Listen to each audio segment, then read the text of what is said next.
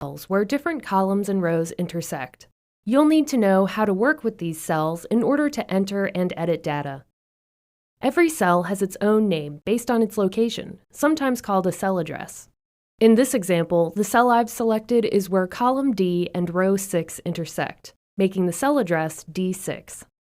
The address also appears in the name box above the worksheet. To select a cell, just click it.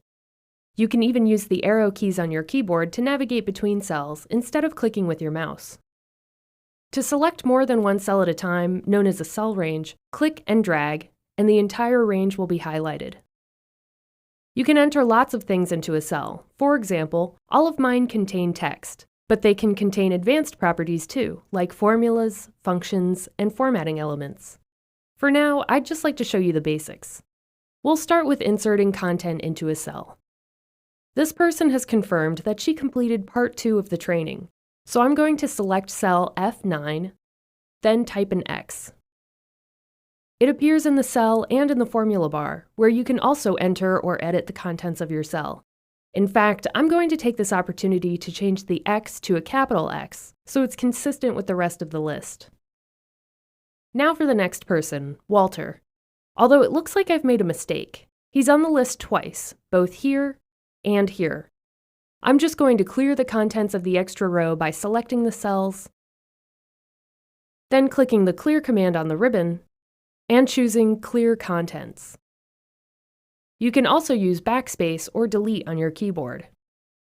So let's take a look at what that did. It cleared the contents of the cell, but the row is still there. That's okay.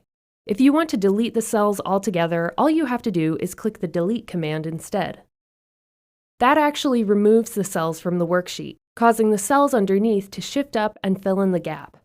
Just remember that there's a difference between clearing and deleting cells, so you don't accidentally delete cells that you want to keep.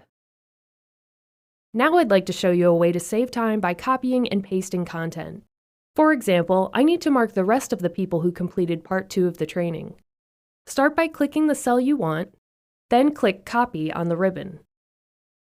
You'll see a dashed box that appears around the copied cell. Next, select the cells where you want the content to go, then click Paste.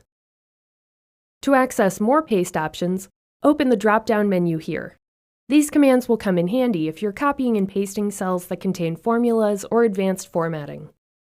You can also get to these commands by right-clicking in the worksheet.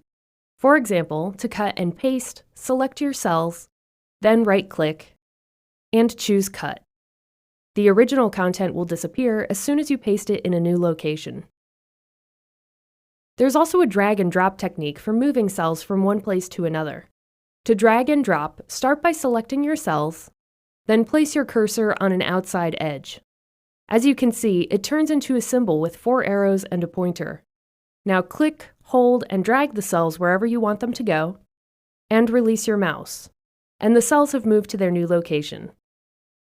To mark the rest of the people who've completed part 3, I'm going to use one of my favorite techniques, filling in cells with the fill handle. You can fill vertically or horizontally by selecting the cell you want to use, then clicking and dragging the square in the bottom right corner. The fill handle can also be used to continue a series. For example, numbers, dates, and other information that's listed in sequential order. See what happens when I use the technique on my header row? It continues the series up to part 6. Now you know the basics, including insert and delete, cut, copy, and paste, and other time-saving techniques. Everything you need to know to work with cells in Excel.